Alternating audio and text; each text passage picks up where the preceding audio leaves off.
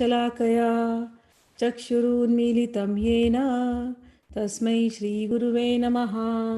श्रीचैतन्यमनोभीष्टं स्थापितं येन भूतले स्वयं रूपः कदा मह्यं ददाति स्वपदान्तिकं। वन्देऽहं श्रीगुरो श्रीयुतपदकमलं श्रीगुरून् वैष्णवांश्च श्रीरूपं साग्रजातं सहगणरघुनाथान्वितं तं साजिवं साद्वैतं सावधूतं परिजनासहितं कृष्णचैतन्यदेवं श्रीराधाकृष्णपादान् सहगणललिता श्रीविशाखान्वितंश्च। हे कृष्ण करुणा सिन्धो दीनबन्धो जगत्पते गोपेश गोपिका कान्त राधा कान्त नमोस्तुते। तप्त कंचन गौरांगी राधे वृंदावनेश्वरी वृषभानुसुते देवी प्रणमामि हरिप्रिये। वाञ्छाकल्पतरुभ्यश्च कृपा सिन्धुभ्य एव च पतितानां पावनेभ्यो वैष्णवेभ्यो नमो नमः। श्रीकृष्ण चैतन्य प्रभु नित्यानंद श्री अद्वैत गदाधर शिवासादि गौर भक्तवृंद। हरे कृष्ण कृष्ण कृष्ण हरे हरे, हरे राम राम राम हरे हरे। नमो महावदन्याय कृष्ण प्रेम प्रदायते कृष्णाय कृष्ण चैतन्य नामने गौरत्विषे नमः। शिक्षकाष्टक। चेतो दर्पणमार्जनं भवमहादावाग्निर्वापणं श्रेयः कैरवचन्द्रिका वितरणं विद्यावधुजीवनम् आनन्दाम्बुधिवर्धनं प्रतिपदं पूर्णामृतस्वादनं सर्वात्मस्नपनं परं विजयते श्रीकृष्णसङ्कीर्तनं। नाम्नाकारि बहुधा निज सर्वशक्ति तत्रार्पिता नियमितः स्मरणेन कालः एतादृशी तव कृपा भगवान् ममापि दुर्दैवं निदृशः इह जानीनानुरागः ऋणादपि सुनिचेन तरोरपि सहिष्णुना ममानि नामानदेन कीर्तनीया सदा हरि। न धनं न जनं न सुन्दरीं कवितां वा जगदीश कामये नं जन्मनि जन्मनीश्वरे भवताद्भक्तिरहितुकी त्वयि। अयि नन्दतनुज किङ्करं पतितं मां विषमे भवाम्बुधौ कृपया तव पादपङ्कजधूलि पङ्कजस्थित धूलिसदृशं विचिन्तये। नयनं गलद अश्रुधारय वदनं गदगदरुद्धया गिरा पुलकैर्निचितं वपु कदा तव नाम गृहणे भविष्यति। युगायितं निमिषेण चक्षुषा प्रवशायितं शून्यायितं जगत्सर्वं गोविन्द विरहेण मे आश्लिष्य वा पादरतां विनाष्टु माम् अदर्शनात्मं मर्महतां करोतु वा यथा तथा विदधातु लम्पटो मत्प्राणनाथस्तु स एव नापरः। हम लोग अध्याय आदि लीला चैप्टर 2 पर है। कल हम लोगों ने 20 पर रोका था, 22 पे रोका था। अब हम लोग उससे आगे पढ़ेंगे।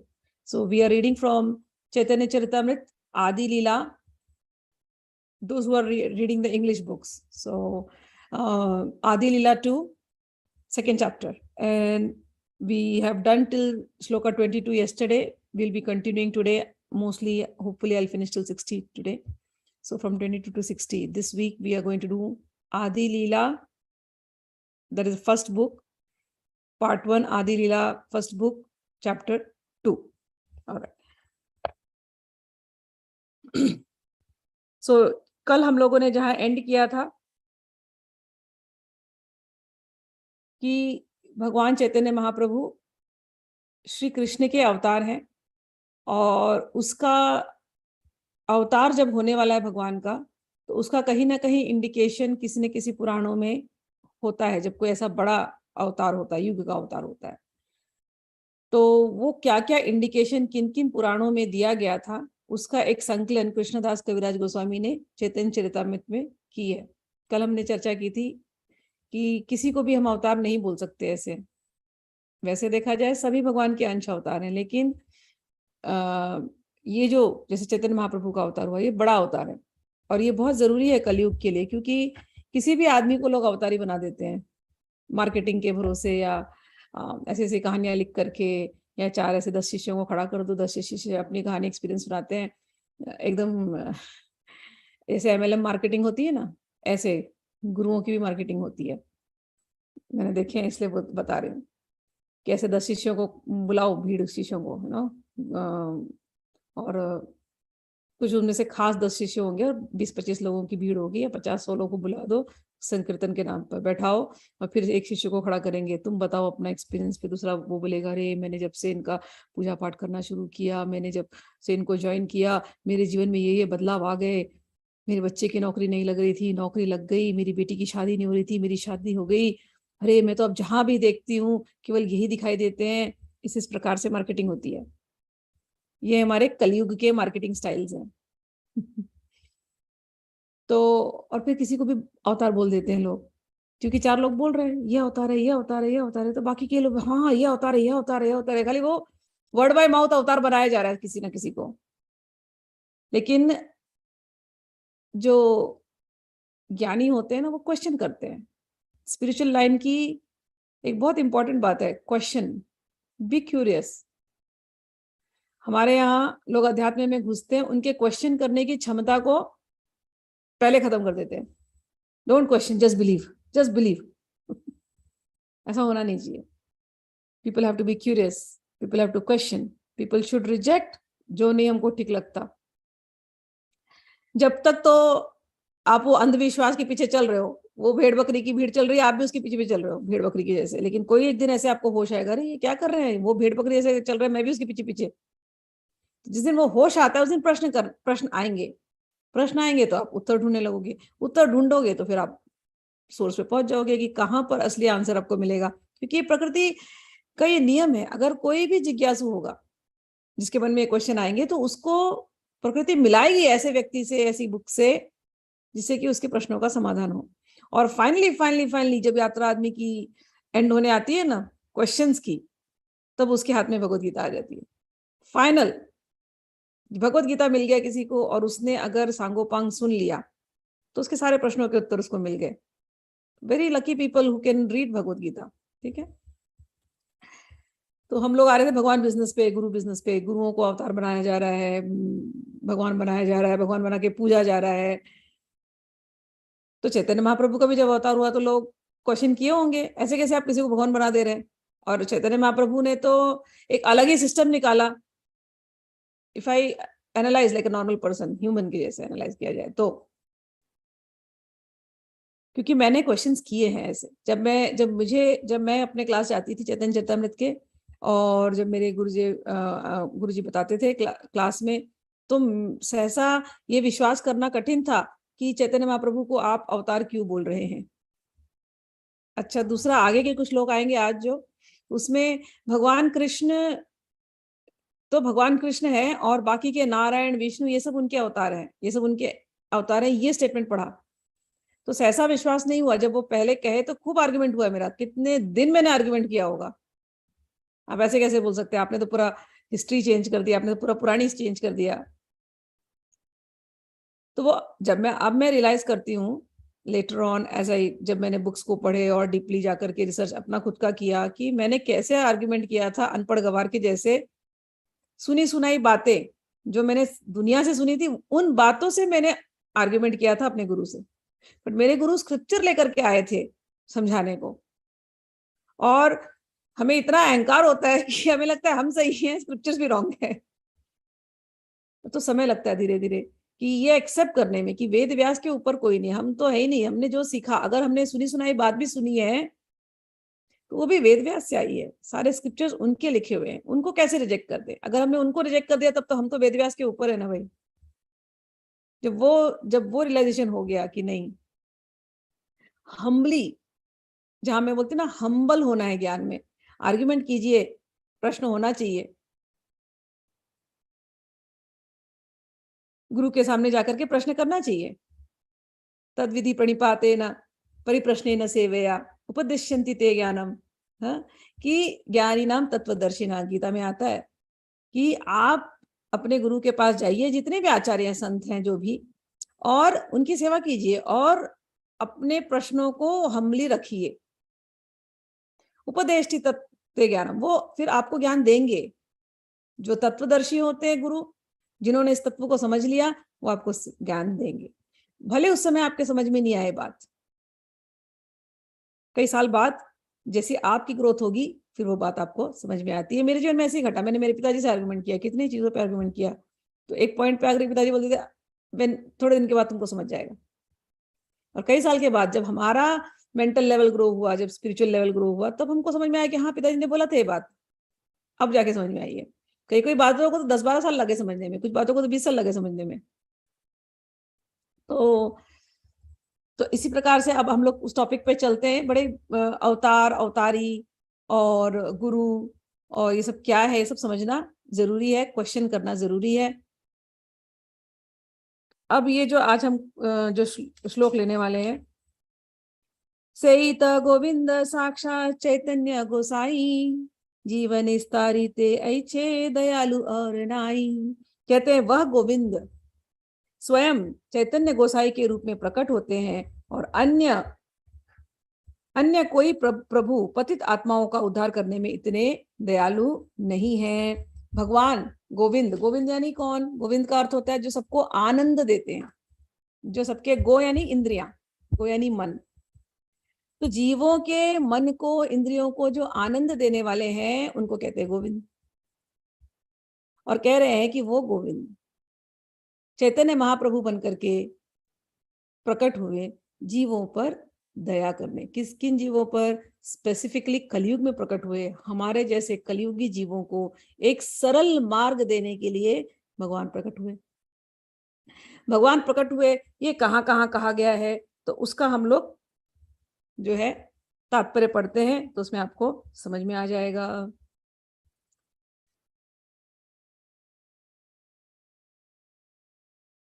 कह रहे हैं यहाँ पर तात्पर्य में कि भगवान ने भगवत गीता तो दे दी जब भगवान का अवतार हुआ था, तो लेकिन कई बार भगवत गीता का जो सार है, शरणागति, सारे वेद पुराणों का सार गीता, गीता का सार शरणागति भगवान श्री कृष्ण की तरफ।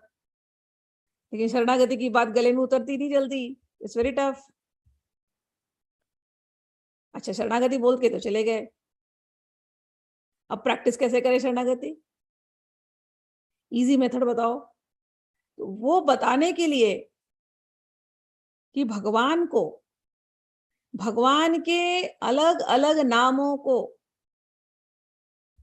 चैंट करके, अलग अलग नामों को जपते जपते आपकी शरणागति सिद्ध हो जाएगी। नाम ना आकारी बहुधा तत्रार्पिता सर्वशक्ति। इसकी आपके भगवान इतने नाम है, उसमें आपने सारी शक्तियां डाल दी है। हाँ, दुर्दैव मेरा है कि मुझे उसमें भरोसा नहीं है, मुझे उसमें प्यारी नहीं है। लेकिन वो प्यार जगाने के लिए, वो अनुराग जगाने के लिए भगवान के नामों की तरफ भगवान कृष्ण स्वयं प्रकट हुए हैं। और जो नाम हरे कृष्ण कृष्ण कृष्ण हरे हरे, हरे राम राम राम हरे हरे, ये प्रेम से भरा नाम है। जो कोई भी इसको चैंट करेगा, उसके अंदर भगवान के प्रति प्रेम आ ही जाएगा, आ ही जाएगा, आ ही जाएगा, निश्चित है। वो प्रेम जीवों को खुले बांटने के लिए, ये कान फूकने वाले मंत्र नहीं है, ये खुले। ऐसा लोग बोलते हैं ना पहले के, कान में मंत्र देंगे नहीं तो मंत्र का ना वो पावर खत्म हो जाएगा। भगवान बोले ये कलयुगी जीवों को टाइम नहीं है गुरुओं के पास जाके कान में मंत्र फुकवाने का। इनको तो ऐसा मंत्र देना पड़ेगा जो ये पब्लिकली गा सके, बोल सके, चैंट कर सके और इनसे गलतियां ना हो। कई बार लोग, जैसे गायत्री मंत्र, गायत्री मंत्र की बड़ी वैल्यू थी पहले। गायत्री मंत्र को ब्राह्मण देते थे, उसका पूरा उपनयन संस्कार होता है, फिर गायत्री मंत्र को कानों में दिया जाता था। और गायत्री मंत्र को फिर उसके बाद 3 संध्या करनी चाहिए, प्रॉपरली करते थे उसको। वैदिक मंत्र है वो। जैसे कलयुग आया, हमने गायत्री मंत्र को खेल बना दिया। अब तो रेडियो में चलते हैं, टीवी में चला, कहीं भी चलते हैं, कहीं किसी भी हालत में लोग गायत्री मंत्र गाते हैं। उसकी वो जो उसकी वैल्यू थी ना, वो अब वैसी लोगों को समझ में नहीं आती, क्योंकि ये वैदिक मंत्र है। तो भगवान ने बोला ऐसे ऐसे वैदिक मंत्र के ये लोग धज्जियां उड़ाएंगे, कलयुग वाले लोग, इनसे अपराध हो जाएंगे कई बार, तो इनको ऐसा सरल मंत्र दो जिसमें इनको, इनसे कोई गलती हो ही नहीं, ये 3 बार संध्या कर नहीं सकते, ये वैसी पवित्रता मेंटेन ही नहीं कर सकते, फिर भी इनको पवित्र किया जाए, तो क्या सरल मार्ग है। इनके पास समय नहीं है कि वो 1 घंटा शांति से बैठ सके, तो चलते फिरते ये कौन से मंत्र को जप सके जिससे कि इनका प्यूरिफिकेशन हो सके। ऐसी दया, ऐसा दया किया भगवान चैतन्य महाप्रभु ने और हमको महामंत्र दिया, अगर किसी को भरोसा आ जाए। लेकिन जो चैतन्य महाप्रभु के, अभी हम लोग पढ़ रहे हैं, चैतन्य महाप्रभु के जो शरण लेता है, निश्चित उसके अंदर भगवान का प्रेम जाग ही जाएगा। ये मंत्र का पावर है, ये चैतन्य महाप्रभु की अपनी पावर है। ये चैतन्य महाप्रभु यहाँ पर लिख रहे हैं, भगवत गीता में भगवान श्री कृष्ण ने प्रत्यक्ष उपदेश दिया है कि परमेश्वर एक व्यक्ति है, निर्विशेष ब्रह्म उनका दीप्तिमान तेज है और परमात्मा उनके अंश रूप है। अतः सारे मनुष्यों को उपदेश दिया गया था कि सारे संसारी वाद को त्याग करके श्री कृष्ण के मार्ग का अनुसरण करें। गीता में जिन्होंने गीता पढ़ी है, गीता को अलग अलग लोगों ने अलग अलग तरीके से एनालाइज किया। ज्ञानी लोग गीता में से ब्रह्म तत्व को निकालते हैं कि ब्रह्म के बारे में कह रहे हैं, केवल ब्रह्म की बात हो रही है यहाँ पर। योगी लोग परमात्मा तत्व के बारे में बात करते हैं, लेकिन पूरी गीता भगवान उवाच है, भगवान उवाच, परमात्मा उवाच, ब्रह्म उवाच कहीं नहीं लिखा गया है, भगवान उवाच, भगवान उवाच, कृष्ण उवाच भी नहीं कहते, भगवान उवाच, भगवान उवाच। और भगवान उवाच कह रहे हैं, भगवान उवाच मीन्स भगवान सेज, भगवान बोल रहे हैं। तो भगवान उवाच, भगवान बोल रहे हैं, और कौन रहा है, लेकिन जिसको हम देख रहे हैं उस पिक्चर में जो बोल रहा है वो कौन है? वो कृष्ण है ना। और वेदव्यास क्या लिखते हैं? भगवान उवाच। इसका अर्थ है कि जो हमको कृष्ण दिखाई दे रहे हैं, वेदव्यास उसी को भगवान बोल रहे हैं। वहां कहीं ब्रह्म उवाच, परमात्मा उवाच नहीं हो रहा। तो उसके अर्थ लोगों, श्लोक के अर्थ लोग अलग अलग निकालते हैं। उस कृष्ण के अंदर से ब्रह्म तत्व बोल रहे हैं, क्यों घुमा फिरा करके बात कर रहे हो? सीधी सी बात करो ना, भगवान ही कृष्ण है, अपना दिमाग वहां क्यों लगा रहे हो? वो हल्का सा एक अहंकार होता है अपना ज्ञान दिखाने का, सरेंडर यहां नहीं होता लोगों को। उनको ये बताना है कृष्ण एक आदमी है। अगर कृष्ण एक आदमी होते तो वो लिखते वेदव्यास मनुष्य उवाच, नहीं लिखे ना, तुम वेदव्यास से ऊपर हो। एनीवेज, चलिए, तो वहां पर क्लैरिटी से कहा गया कि भगवान श्री कृष्ण की शरणागति लो। गीता में हर चैप्टर में, जिन्होंने पढ़ा है 1 बार 2 बार 3 बार जानेंगे, हर चैप्टर में भगवान बड़े बड़े तत्व की बात करते हैं, फिर अर्जुन की शक्ल देखते हैं। अर्जुन एक जगह जाके हार करके बोल देता है, भगवान बहुत बात कर लिया आपने, लेकिन मैं आपको सच बताता हूँ, आपने इतना इंद्रिय निग्रह की बात करी, मन के निग्रह की बात करी, ऐसे ध्यान करना चाहिए, सब बात करी, लेकिन मैं आपको सच्ची बता रहा हूँ भगवान, ये मन तो हवा से भी ज्यादा सूक्ष्म है। क्या कोई हवा को बांध सकता है? वैसे ही इस मन को बांधना भगवान बहुत कठिन है। कौन बोल रहा है? अर्जुन। हम लोगों, we relate to that statement. हाँ हाँ हाँ, अर्जुन सही बोल रहे हैं। हमारा मन बंधता नहीं है। लेकिन अर्जुन की क्या स्थिति थी, आप लोग याद करो, अर्जुन कैसे थे? अर्जुन ने वो घूमती हुई मछली, जब स्वयंवर हुआ था द्रौपदी का, तो मछली घूम रही थी गोल गोल, और उसकी परछाई को देख रहे नीचे, और यहां से उन्होंने अपने बाण को चलाया है और जाकर के उसको, उसकी आंख को भेदा है। बिना कंसंट्रेशन के कोई कर सकता है ये काम? किस मन कितना उसका कंट्रोल में होगा जो ऐसा भेद रहा है, जो घूमती हुई मछली की रिफ्लेक्शन देख करके आंख को भेदना। वो अर्जुन भगवान की बातें सुनकर के कह रहे, भगवान मन तो बड़ा चंचल है। हम लोग रिलेट तो कर रहे हैं इस बात से। हमारी क्या हाल है? अर्जुन वो तो कर रहे थे, हम तो कुछ भी भेद नहीं पाते लाइफ में ना? तो हम जैसे जीवों को क्या करना चाहिए? तो भगवान ने हर चैप्टर में गीता के शरणागति की बात की है, हर चैप्टर में। पहले वो ब्रह्म तत्व के हिसाब से बात करते हैं ज्ञानियों के लिए, फिर कहीं कहीं योगियों के हिसाब से बात करते हैं,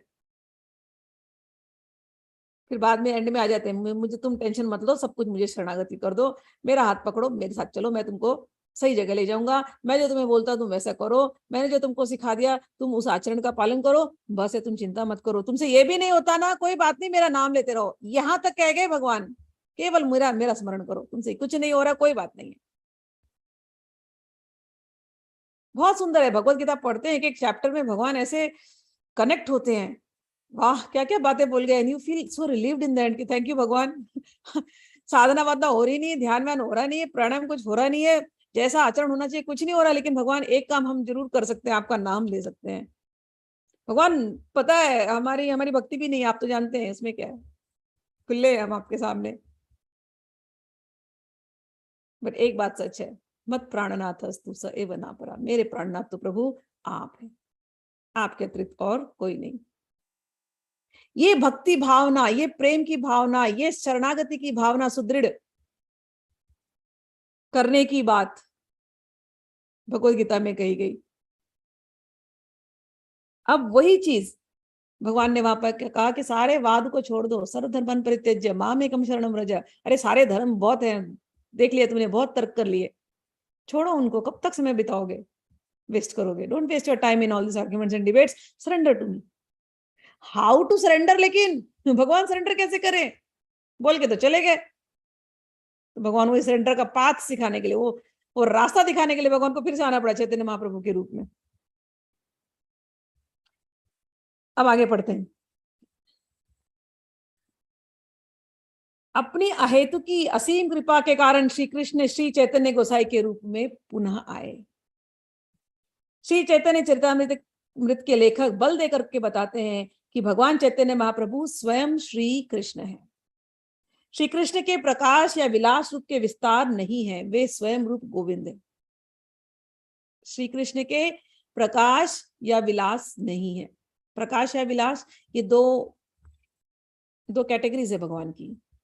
पिछली बार हमने उसको डिस्कस किया था, फिर भी वापस से याद दिला देती हूँ। जैसे भगवान 16,000 रानियों के साथ थे, he was the same person, 16 रूपों में दिखाई दे रहे थे। और भगवान गोपियों के साथ थे, he was the same person. जब रासलीला हुई तो सभी गोपियों को लग रहा था भगवान मेरे साथ हैं,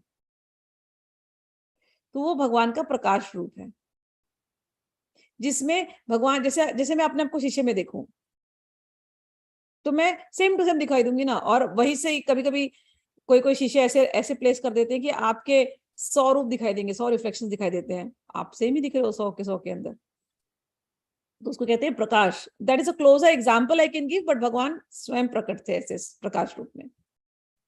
विलास रूप ये होता है कि भगवान अपने आप को मल्टीप्लाई किए, जैसे बलराम बनकर के आए, लेकिन भगवान और बलराम दिखेंगे सेम, लेकिन थोड़ा सा अंतर होगा, थोड़ा सा अंतर होगा। जैसे किसी घर में ट्विंस पैदा हो गए, दूर से देख रहे हो तो आप दिखेंगे सेम, लेकिन आप थोड़ा सा अगर नजदीक जाके उनको रियली में देखेंगे तो कोई ना कोई थोड़ा थोड़ा अंतर तो ट्विंस में भी होता है, तो उसको कहते हैं विलास। तो भगवान ने फिर अपने आप को मल्टीप्लाई किया है, चार, जैसे संकर्षण, प्रद्युम्न, अनिरुद्ध, तो ये भगवान के विलास रूप हैं। ही मल्टीप्लाइज, दिखते सारे एक जैसे, जैसे भगवान के नारायण रूप होते हैं, तो नारायण के अलग अलग रूप है, नारायण नाम उनके 4 हाथ होते हैं, 4 में शंख चक्र गदा पुष्प वो कमल होता है, वो चारों के पोजीशन बदल जाते हैं, अलग अलग हाथ में अलग अलग चीज, तो उससे नारायण का नाम बदल जाता है, विष्णु का नाम बदल जाता है। तो सारे के सारे दिख एक रहे, लेकिन उनके हाथों के पोजीशन बदलने से उनका उनको कहते हैं विलास रूप। समझ में आया? तो कह रहे हैं भगवान चैतन्य महाप्रभु ना विलास रूप है ना प्रकाश रूप है, ये सब लीला इनको अभी करने की जरूरत नहीं थी इस इनकारनेशन में। साक्षात भगवान श्री कृष्ण भक्त बनकर के आ गए, कोई प्रकाश विलास करना नहीं, कोई गोपियों को यहाँ पर कुछ करना नहीं है। सारी गोपियों ने भगवान को प्रेम कैसे किया, बस ये प्रकट करने आए थे। तो यहाँ कोई उनको प्रकाश वाली लीला नहीं करी, यहाँ कोई उन्होंने विलास वाली लीला नहीं करी। कहते हैं मैं स्वयं रूप गोविंद है। श्री कृष्णदास कविराज गोस्वामी ने जो संबंधित शास्त्रीय साक्ष्य प्रस्तुत किए हैं वो यहाँ पर कहे जा रहे हैं। पहला प्रूफ चैतन्य उपनिषद से लिया, गौर सर्वात्मा महापुरुषो महात्मा महायोगी त्रिगुणातीतः सत्वरूपे भक्तिम लोके काश्यति।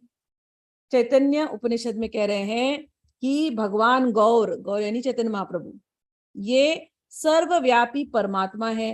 वे उस महान संत तथा शक्तिशाली योगी के रूप में प्रकट होते हैं जो त्रिगुणातीत हैं और दिव्य कर्म के प्रतीक हैं। वे सारे विश्व में भक्ति संप्रदाय का प्रचार प्रसार करते हैं।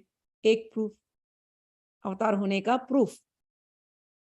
दूसरा, श्वेता अवतार उपनिषद में कहते हैं तमीश्वराणाम परमं महेश्वरम तम देवतानां परमं च दैवतम पतिं पतीनां परमं परस्तात् विदाम देव भुवनेश मीड्यम। हे परमेश्वर, आप महेश्वर हैं, आप देवताओं के आराध्य देव तथा समस्त प्रभुओं के प्रभु हैं।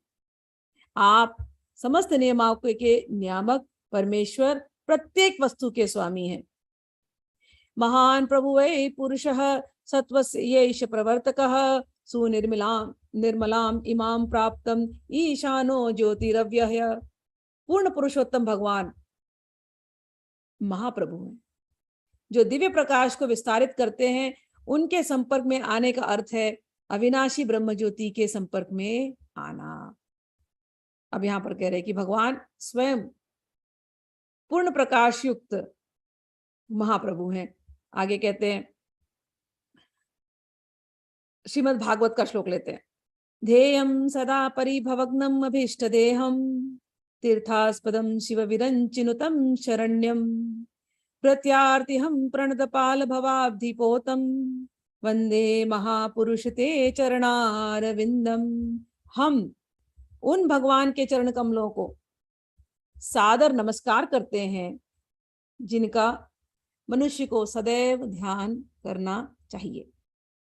वे अपने भक्तों के अपमानों का नष्ट करते हैं, उनके दुखों को दूर करते हैं, उनकी आकांक्षाओं को पूरा करते हैं। वे समस्त तीर्थों के आगार तथा समस्त मुनियों के आश्रय हैं और शिव जी तथा ब्रह्मा जी द्वारा पूजनीय हैं। वे जन्म तथा मृत्यु के सागर को पार करने के लिए देवताओं की नौका है। हम उन भगवान के चरण कमलों में सादर नमस्कार करते हैं जिनका मनुष्य को सदैव ध्यान करना चाहिए। उन्होंने अपने गृहस्थ जीवन को त्याग दिया। ये भागवत के श्लोक में इनडायरेक्टली हिंट किया गया है। उन्होंने अपने गृहस्थ जीवन को त्याग दिया,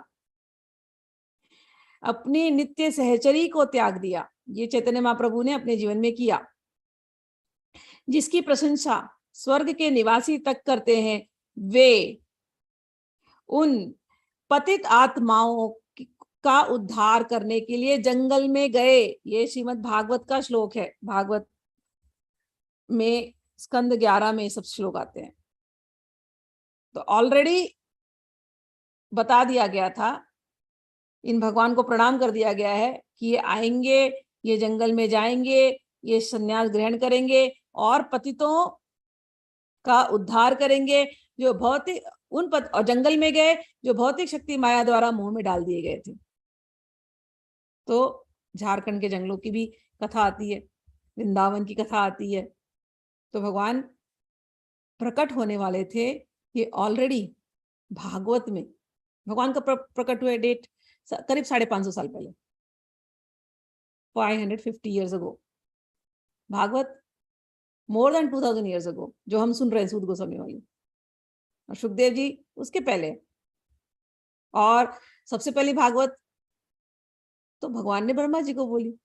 सो भागवत का डेट कोई है नहीं, बट फिर भी क्रोनोलॉजिकल ऑर्डर में जाए तो ऐसे जाएंगे। तो चैतन्य महाप्रभु के आने की बात को ऑलरेडी श्रीमद् भागवतम में हिंट कर दिया गया था स्कंद 11 में। आगे प्रहलाद जी का श्लोक बहुत फेमस है। इसमें वो हिंट कर रहे हैं, नरसिंह भगवान की प्रार्थना कर रहे हैं और हिंट कर रहे हैं, इत्थम नितिर्यगृषि देव झषावतारै लोकान विभावयसि हंसी जगत प्रतीपान धर्मम महापुरुष पाशी युगानुवृत्तम छन्नौ कलो यद भवस्त्री युगोऽथ सत्वम, छन्नः कलो यद भवस्त्री युगो सत्वम। कह रहे हैं हे प्रभु, प्रहलाद, भक्त प्रहलाद, आप, नरसिंह भगवान को देखकर कहते हैं, आप मनुष्यों, पशुओं, देवताओं, ऋषियों, जलचरी इत्यादि के परिवारों में नाना अवतार लेकर संसार के सारे शत्रुओं का विनाश करते हैं। अब यहाँ पर नरसिंह भगवान खड़े थे प्रहलाद जी के सामने, तो नरसिंह भगवान का आधा चेहरा सिंह के जैसा, आधा चेहरा, आधी बॉडी मनुष्य के जैसा, और वो कहते कि आप तो, कुछ भी संभव है आपके साथ भगवान, आप पशु भी बन सकते हैं, आप नर भी बन सकते हैं, आप ऋषि भी बनते हैं, आप देवता भी बनते हैं। देवता वामन अवतार में बन करके आए भगवान। पशु तो कितने अवतार लिए उन्होंने, कूर्मा अवतार, मत्स्य अवतार, हयग्रीव अवतार, हंसा अवतार, कितने सारे अवतार भगवान ने लिए पशु में, जो हम लोगों को पता है। ऋषि के अवतार, गौतम बुद्ध के अवतार, परशुराम के अवतार भगवान ने लिए, कपिल देव के अवतार, है ना। तो किसी भी अवतार में भगवान आप आते हैं, क्यों आते हैं? एक रीजन तो है शत्रुओं का संहार करने के लिए, और उसी प्रकार से उन सब अवतारों में अपने शत्रुओं का संहार किया, क्योंकि नरसिंह अवतार में शत्रु का संहार किया। कहते हैं लेकिन इसी प्रकार से आप जीवों को ज्ञान देने के लिए भी अवतरित होते हैं। इस तरह आप संसार को दिव्य ज्ञान से प्रकाशित करते हैं। हे महापुरुष, आप कलयुग में कभी कभी प्रच्छन्न अवतार के रूप में प्रकट होते हैं, इसलिए आप त्रियुग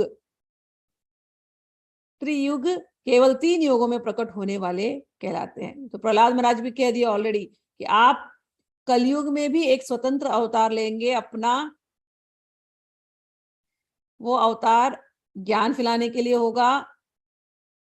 उसमें ऐसी बड़ी बड़ी लीलाएं नहीं करेंगे जैसी ये मारने वाली लीलाएं। प्रच्छन्न अवतार आएंगे, प्रेम से मंत्र बांटेंगे, प्रेम बांटेंगे, और फिर आप अवतार को स्मरण कर लेंगे, लीला संवरण। तो ऑलरेडी प्रहलाद जी ने मेंशन कर दिया भागवत में। अब आगे और एक तंत्र, कृष्ण यामल तंत्र, उसमें कहते हैं, उसमें तो एकदम स्पष्ट रूप में कहा गया, स्पष्ट रूप में लिखा गया है, पुण्य क्षेत्रे नवद्वीपे भविष्यामि शचीसुतः। मैं नवद्वीप बंगाल में, अभी जो लोग मायापुर घूम करके आए, कुछ लोग दर्शन करके आए हैं, तो वो समझ जाएंगे कहा। तो नवद्वीप में मैं प्रकट होऊंगा, मैं शची सुत बन करके, शची माता के गर्भ से मैं प्रकट होऊंगा। तो ये कृष्ण यामल तंत्र में एकदम स्पष्ट रूप से जगह तक बता दी गई कि यहां मैं प्रकट होने वाला हूं।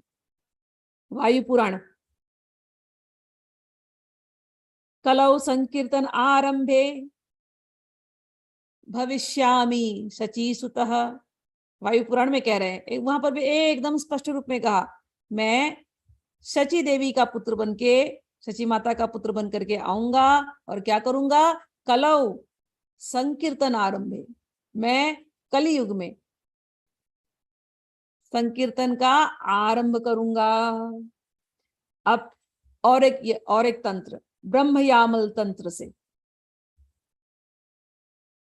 अथवाहम धराधमे, इसमें भी एकदम स्पष्ट रूप से कहा गया है, अथवाहम धराधमे भूत्वा मद्भक्त रूपधृक् मायायाम च भविष्यामि कलौ संकीर्तन नागमे। कभी कभी मैं पृथ्वी पर भक्त का वेश लेकर के प्रकट होता हूं। विशेषतया मैं कलयुग में संकीर्तन आंदोलन के प्रारंभ करने के लिए शची के पुत्र के रूप में प्रकट होता हूं। शची रूप यानी शची के पुत्र कौन है? चैतन्य महाप्रभु। एक और संगीता से, अनंत संगीता से प्रूफ, यह एव भगवान कृष्णो राधिका प्राणवल्लभः शिष्ट यादव स्वजगन्नाथो गौर आसीन महेश्वरी। साक्षात भगवान श्री कृष्ण जो श्रीमती राधा रानी के प्राण हैं और जगन्नाथ रूप में जो सृष्टि के सृजन, पालन तथा संहार के स्वामी हैं, वे हे महेश्वरी, वे ही गौर रूप में प्रकट होते हैं। इस प्रकार से भगवान के अवतार होने का कितना प्रूफ निकाल करके लिखा गया इस बुक में, तब जाकर के इनको अवतार माना गया। जरूरी होता है क्योंकि कई बार लोग कुतर्क करते हैं,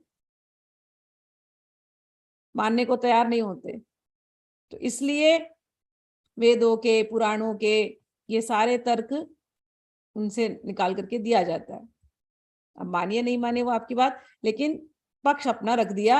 ये कंक्लूजन है, ये बातें कही गई थी, और जो चैतन्य महाप्रभु ने जो काम किए उसको देख करके ये प्रूव हो जाता है कि ये भगवान श्री कृष्ण के अवतार थे। ये ऑलरेडी मेंशन कर दिया गया था। आप लोग कलयुग में जिन भी लोगों को अवतार मानते हैं, मैंने आप लोगों को बताया था ना एक बार, कोई मुझे, मेरे फ्रेंड के कोई आए थे, उनके पहचान वाले, तो मुझे बोले आपको हम कल के अवतार का दर्शन कराते थे। मैंने कहा कल के अवतार हो गया? क्योंकि भागवत में तो मेंशन किया गया है, अभी बहुत टाइम है कल के अवतार को। नहीं नहीं नहीं, कल के अवतार हो गया। हो गया?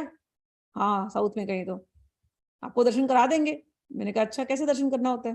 कोई नहीं है, उन्होंने कुछ 5,000 8,000 डॉलर बोला मेरे अकाउंट में डलवा दो, आपको दर्शन करा देंगे, 1-on-1 फोटो भी ली जाएगी आपकी।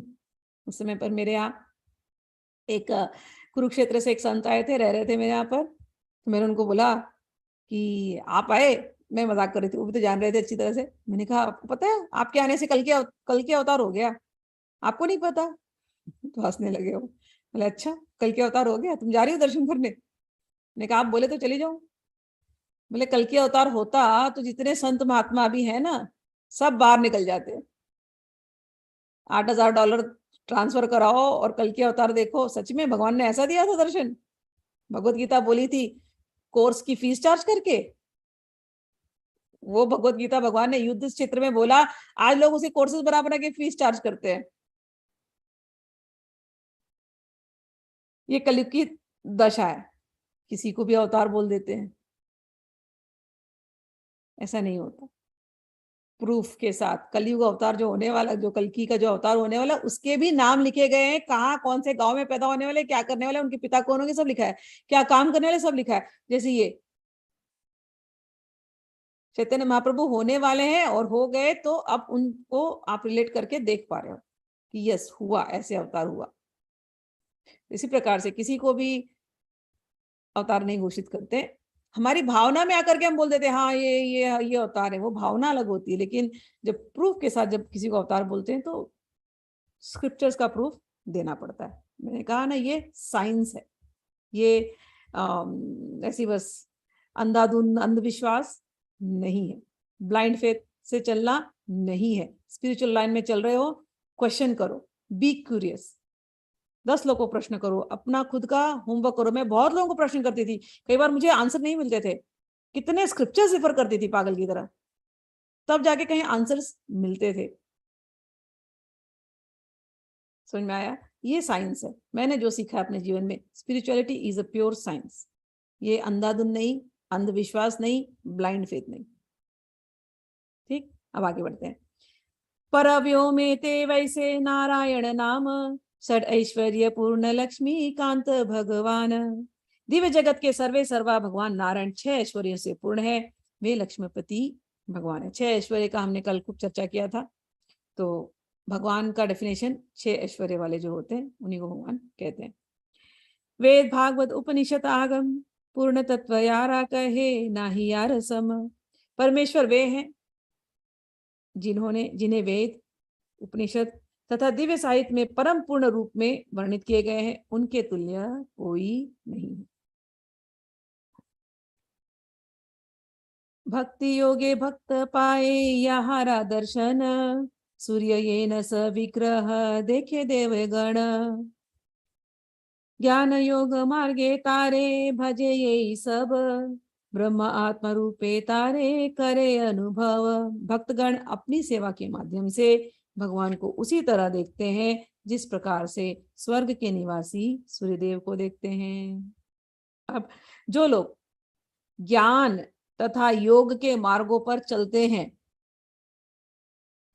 वे भगवान ही की पूजा करते हैं, क्योंकि वे निर्विशेष ब्रह्म तथा अंतर्यामी परमात्मा के रूप में उन्हीं का अनुभव करते हैं। उपासना भेदे जानी ईश्वर महिमा, अतएव सूर्य तारा दिएत उपमा, सेई नारायण कृष्णेर स्वरूपेर भेद, एकई विग्रह किंतु आकार विभेद, इहो तद्विभुज तिहो धरे चारि हाथ, इहो वेणु धरे तिहो चक्रादिक साथ। इसलिए पूजा के विविध प्रकारों से भगवान की महिमा को उसी प्रकार समझा जा सकता है जिस प्रकार सूर्य की उपमा से पता चलता है। मैं श्लोक 60 तक पढ़ के फिर इसको पूरा सारांश में समझाती हूँ। नारायण तथा श्री कृष्ण एक ही ईश्वर हैं, किंतु एक होकर के भी शारीरिक लक्षण उनके भिन्न हैं। इन श्री कृष्ण के 2 हाथ हैं, वे मुरली धारण करते हैं, जबकि नारायण के 4 हाथ हैं जिनमें शंख चक्र गदा और पद्म धारण करते हैं। नारायणस्त्वं नहि सर्वदेहिनां, आत्मास्य अधिशक अखिल लोक साक्षी, नारायणो अंगनरभूजलायनात्, तच्चापि सत्यम न त्वयैव माया। हे प्रभुओं के प्रभु, आप सारी सृष्टि के दृष्टा हैं, आप निसंदेह हर एक के प्रियतम प्राण हैं, तो क्या आप मेरे पिता श्री नारायण नहीं हैं? नारायण का अर्थ है जिसका घर जल में है, जो नर से उत्पन्न हुए, उदक से विष्णु से उत्पन्न हुए, वे नारायण तो आपके अंश हैं। आपके सारे पूर्ण अंश दिव्य हैं, वे परम पूर्ण और माया द्वारा सृजित नहीं है। ये श्लोक से लेकर के आगे के कुछ श्लोक ब्रह्मा जी भगवान श्री कृष्ण की स्तुति कर रहे हैं श्रीमद् भागवत के 10वें स्कंद 10.14.14 वहां से लेकर के कुछ श्लोक लिए गए हैं यहाँ पर। तो एक लीला की थी भगवान ने, बड़ी सुंदर लीला है। ब्रह्मा जी ने देखा भगवान कृष्ण अवतार ले लिए थे और भगवान कृष्ण गाय चरा रहे हैं, गोपियों के साथ खेल रहे हैं, क्या क्या लीलाएं कर रहे हैं। तो ब्रह्मा जी को एक दिन जैसे मन में मोह हो गया, विमोहित हो गए ब्रह्मा जी कि ये क्या चल रहा है, सच में भगवान है कि ये कोई ऐसी है, बस लेट मी टेस्ट हिम। इसको कहते ब्रह्मा विमोहन लीला। वो विमोहित हो गए, एकदम कंफ्यूज हो गए कि भगवान होकर के, भगवान तो वैकुंठवासी, लक्ष्मी जी इनके साथ रहती हैं, इनको क्या गरज पड़ी है, घर घर में जाकर के मक्खन चुराते हैं, डांट खाते हैं, गालियां खाते हैं, फिर जब बहुत रो करके मैया मेरी मैं नहीं माखन खाया तो मैया को बड़ा प्यार आता है, तो मैया आकर के उनको खूब प्यार से पुचकारती हैं। फिर कोई पड़ोसन वाली पौर्णिमा से आ जाती, बोलती है अरे तेरे बेटे को ना नजर लग जाएगी, या कोई दूसरी आके बोलती है तेरे बेटे को संभाल, दूसरों के घरों में आकर के मटकी फोड़ करके जाता है। तो ब्रह्मा जी देखते हैं क्या है ये। अच्छा इतना ही नहीं है, जाकर के ब्रज के सखाओं के साथ बैठ करके खाना खा रहे हैं, किसी के लिए घोड़ा बन रहे हैं, श्री रामा का घोड़ा बन रहे हैं। इतना ही है, गाय चरा रहे नंगे पैर। इनको क्या जरूरत पड़ी है नंगे पैर गाय चराने की? वैकुंठपति इनके पास तो सब कुछ है। राजा गाय चराए तो कैसा लगेगा नंगे पैर? राजा के पास तो अच्छे अच्छे जूते, नौकर चाकर, कितने चरवाए होंगे उनके पास, है ना, गाय चराने वाले ग्वाले हो सकते हैं। वो खुद गाय चराएगा तो कैसा लगेगा? अब ये अखिल ब्रह्मांडपति, सारे ब्रह्मांड इनके इनके अंडर में काम करते हैं, सारे ब्रह्मा हाथ जोड़ करके इनके सामने खड़े होते हैं। लक्ष्मी हर ब्रह्मांड में प्रकट हो जाती है इनके लिए। इनके लिए क्या, इनके भक्तों के लिए। तो ये गाय क्या चरा रहे हैं? ये सच में ये भगवान है या कोई और है? Let me test him out. एक दिन क्या किया उन्होंने, ब्रह्मा जी ने सारी गायों को और सारे गोपों को, ये सब चराने गए थे दोस्त लोग सब, और गायों को लेकर के गए गोवर्धन पे। ब्रह्मा जी आए और ब्रह्मा जी ने सारी गायों को और गोपों को चुरा लिया। भगवान शायद मुरली बजा रहे थे, फिर भगवान का ध्यान आया, देखे अरे न मेरे सखा दिखाई दे रहे, न मेरे गायें दिखाई दे रही, गाय दिखाई दे रही। भगवान बोले कोई बात नहीं ब्रह्मा जी, ले जाओ। अपने मन में सोचे। भगवान ने अपना विस्तार किया। देखो ये भगवान अलग अलग रूप में प्रकट हो गए। भगवान जितने गोप सखा थे, जितने उतने गोपों के रूप में प्रकट हुए। ये भगवान का विलास है। भगवान उतने गोपों के रूप में प्रकट हुए जितनी गायें, अलग अलग कलर की गायें, कोई ब्राउन कलर की गाय है तो कोई काले रंग की है, कोई काला सफेद मिक्स गाय, कोई ब्राउन, जितनी गायें, भगवान ने उतनी गायों के रूप में अपने आप को एक्सपांड किया। समय होते ही पूरे उस वृंदावन के गांव में सारे गोप अपने अपने घर, लेकिन गोप नहीं है, कौन है? भगवान श्री कृष्ण, जो गोप बन गए हैं। सारी गाय अपने अपने तबेले में। गाय नहीं है वो, भगवान श्री कृष्ण गाय बन करके गए हैं। सारे बछड़े अपनी अपनी जगह पे अपने अपनी माओ के साथ। फिर ब्रह्मा जी ने देखा अरे कुछ हुआ नहीं। ब्रह्मा जी का समय बीत गया। ब्रह्मा जी ने आकर के नीचे देखा, अरे वृंदावन वैसे का वैसे दिख रहा है, सारे गाय के गाय वैसे दिख रहे हैं, सारे गोप वैसे दिख रहे हैं। फिर वो गए अपने केव में जाकर के देखे, अरे मैंने तो यहाँ छुपा कर रखा था, वहां क्या हो गया? समझ गए। आए भगवान के सामने और भगवान छोटे से बालक बने बैठे थे आराम से गोवर्धन के एक तरडी के पास आराम से। ब्रह्मा जी सामने आए, बोले और लगे स्तुति करने, मुझे क्षमा कर दो, मैं आपकी सारी गायें सारे गोप आपको मैं रिटर्न करता हूँ। मैं जान गया हे प्रभु आप कौन हैं। आप मेरे पिता हैं, आप साक्षात नारायण हैं। आप ही से तो मैं समझ गया ये जितने भी कुछ दिखाई दे रहे हैं, जितने गोप, ये सारे के सारे अंश हैं आपके। ये सारी गायें आपकी अंश हैं और हे भगवान नारायण आपके अंश हैं और मैं उन नारायण का अंश, मैं ब्रह्मा हूं, नारायण मेरे पिता है। मैं समझ गया आप क्या है। आप तो गर्भोदक्षयी विष्णु हैं। भगवान बोलते अरे आगे बोलते भगवान, शिशु वत्स हरि ब्रह्मा करी अपराध, अपराध क्षमा ही ते मागे न प्रसाद। कृष्ण के साथियों तथा बछड़ों को चुराने का अपराध करने के बाद ब्रह्मा ने अपने अपराध के लिए भगवान से क्षमा याचना की और दया करने की याचना की। तोमार नाभि पद्म हैते अमार जन्मोदय, तुम्ही पिता माता आमी तोमारा तनय। मैंने उस कमल से, भगवान श्री कृष्ण को कह रहे, भगवान कृष्ण बच्चे से बैठे हैं, भगवान कृष्ण को कहते हैं नारायण आपके अंश हैं, उनके ही कमल से मैंने जन्म लिया, जो कमल आपकी नाभि से निकला था, भगवान श्री कृष्ण की नाभि से निकला था। इस तरह आप मेरे माता पिता दोनों हैं और मैं आपका पुत्र हूं। पिता माता बालकेर नलय अपराध, अपराध क्षम मोरे करह प्रसाद। हे प्रभु, माता पिता अपने संतान की त्रुटियों को नहीं देखते, इतने गंभीरता से नहीं लेते। मुझसे गलती हो गई, आप मुझे क्षमा कर दीजिए प्रभु। तो भगवान बोले, मुस्कुराए भगवान।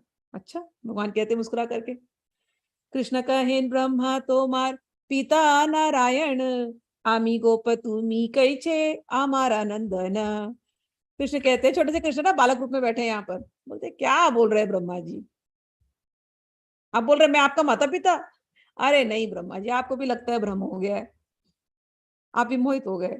आपके माता पिता तो नारायण है, मैं तो कृष्ण हूँ, मैं तो एक गोप हूँ, मैं तो यहाँ पर बस बैठा हूँ। क्योंकि ब्रह्मा को यही डाउट था, ये गोप है या ये भगवान है। तो भगवान भी छेड़ रहे हैं अभी, क्या है ब्रह्मा जी, नहीं नहीं आपके पिता तो नारायण है, मैं तो बस एक छोटा सा बाल गोपाल हूँ, बस मैं तो एक गोप हूँ।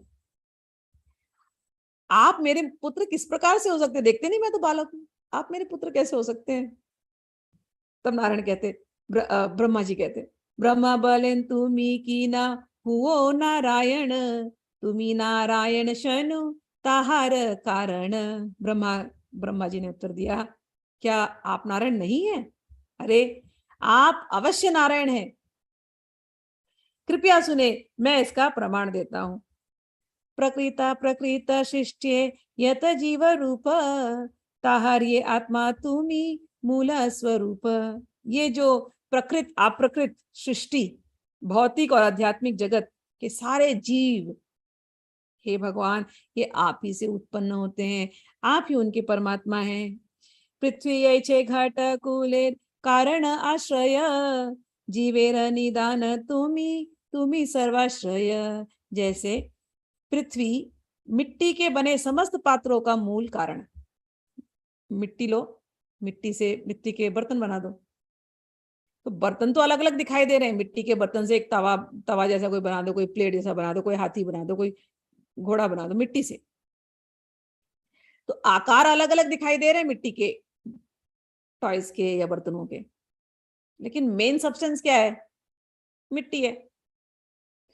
तो ये कहते हैं भगवान, मैं समझ गया, मेन तो आप ही हैं, आप ही से कमल निकला, आप ही नारायण बने, फिर कमल निकला, कमल से मैं प्रकट हुआ, उससे पूरे जितने गोप गाय वृंदावन ये सब कुछ आप ही से प्रकट हुआ है भगवान, आप ही वो मेन चीज है। मैं समझ गया हूं।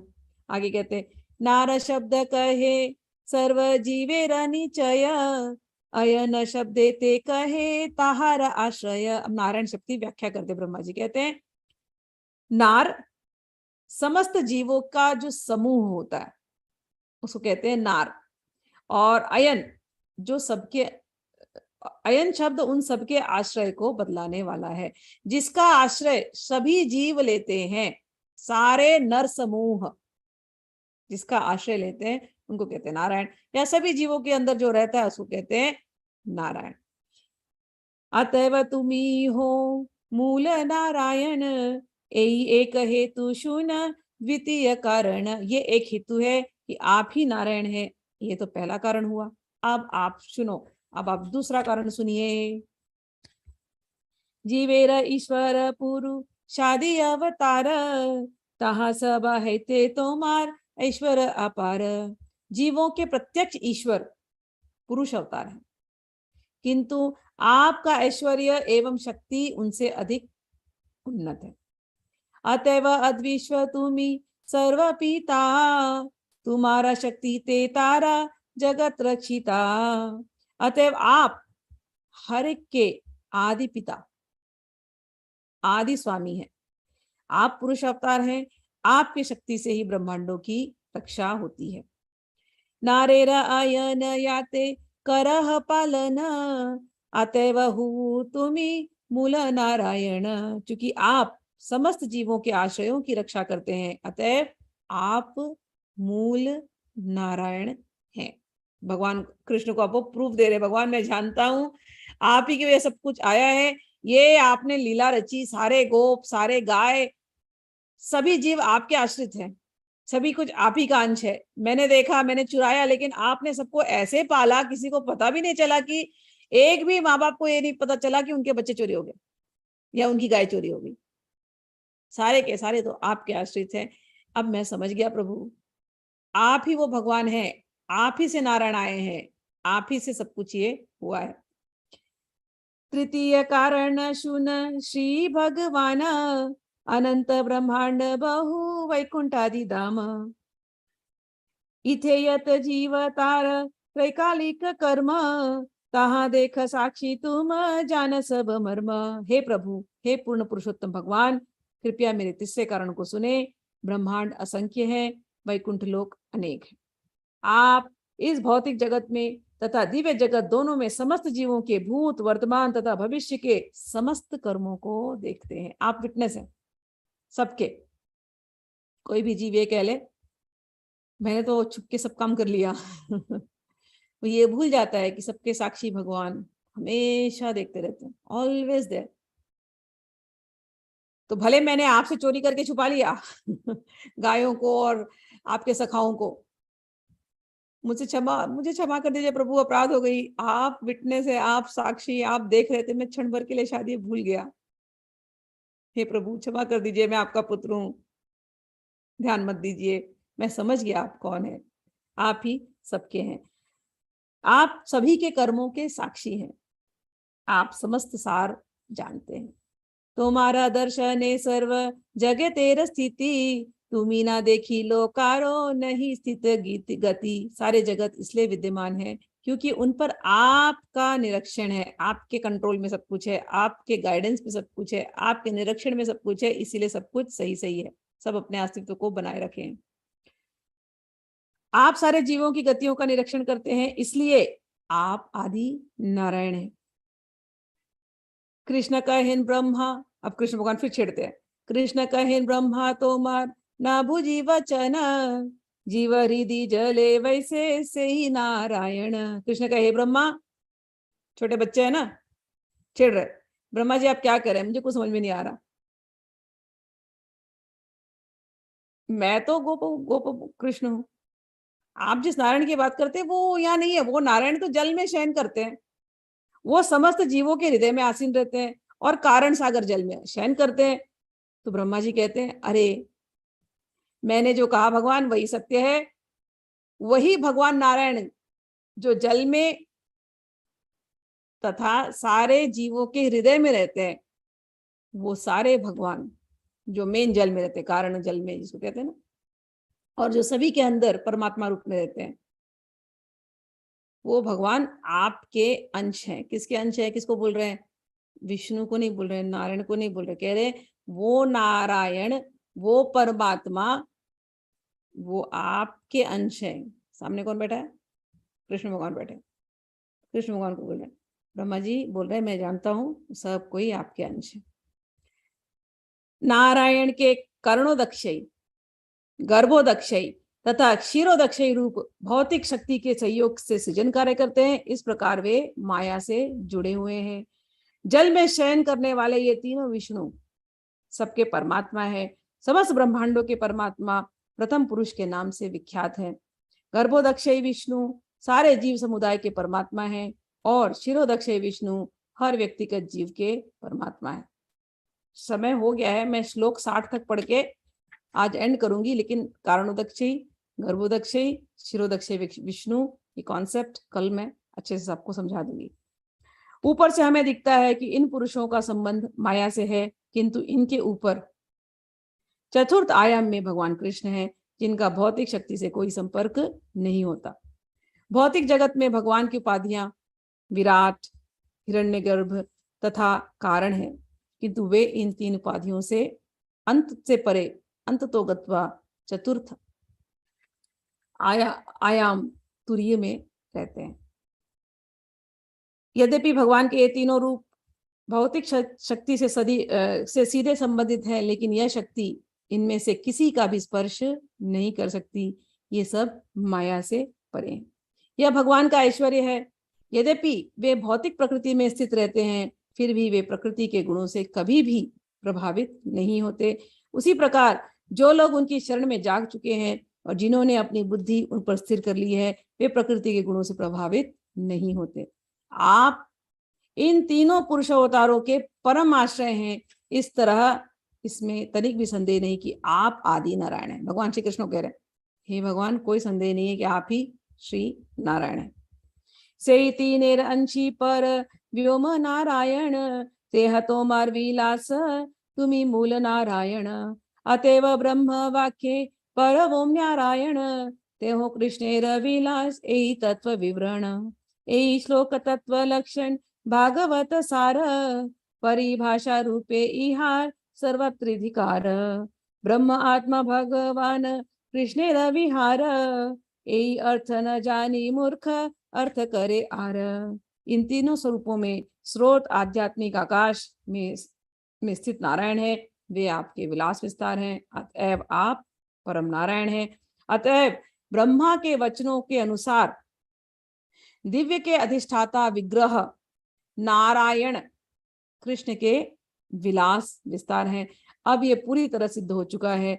इस श्लोक में सूचित सत्य श्रीमद् भागवत का सार है यह निर्णय पर्यायों के माध्यम से सर्वत्र लागू होता है। मूर्ख विद्वान नहीं जानते कि ब्रह्म, परमात्मा तथा भगवान ये श्री कृष्ण के पहलू हैं, अतएव वे तरह तरह से तर्क वितर्क करते रहते हैं। तो आज जो हमने पढ़ा सार इसका यही था। पहले हमने पढ़ा कि चैतन्य महाप्रभु गोविंद साक्षात है, श्री कृष्ण। और ये श्री कृष्ण कौन है? हमारे दिमाग में कॉन्सेप्ट रहता है विष्णु बड़े हैं। हमने हमेशा ये सुना है कि Vishnu is the main, Vishnu के अवतार है। हमने विष्णु 10 के विष्णु के अवतार सुने, लेकिन ये विष्णु और ये नारायण, ये किसके अवतार हैं? विष्णु और नारायण किसके अवतार हैं? विष्णु एक काम करते हैं पालन का, ब्रह्मा जी एक काम करते हैं सृजन का, नारायण का भी वही काम है पालन का, जिसके सभी के अंदर नारायण रहते हैं, ठीक है ना। तो ये विष्णु नारायण जो भी आप कह रहे हैं, ये किसके अवतार है? तो वो प्रूफ ब्रह्मा जी ने आज की स्तुति में दिया कि भगवान हे श्री कृष्ण, आप भले 2 हाथ के दिखाई दे रहे हैं, मुरली लेकर के, मुरली बजा करके गाय चरा रहे हैं, लेकिन ये विष्णु अवतार लग रहा है ऐसा कि वो बड़े लोग हैं, 4-4 हाथ वाले हैं, और सारा सृष्टि लग रहा है उन्हीं ने संभाल के रखा हुआ है, उन्हीं की वजह से सारे ब्रह्मांड बन रहे, लग रहा है ऐसा सब कुछ, लेकिन ये सारे के सारे नारायण भी आप ही का आश्रय लेते हैं। हे भगवान श्री कृष्ण, आप ही सर्वोपरि हैं, आप ही से सब कुछ शुरू हुआ है। वही श्री भगवान के बारे में भागवत में फोरकास्ट किया गया था कि वो आगे चल करके प्रोफेसी की गई थी कि वो आगे चल के चैतन्य महाप्रभु बन करके आएंगे।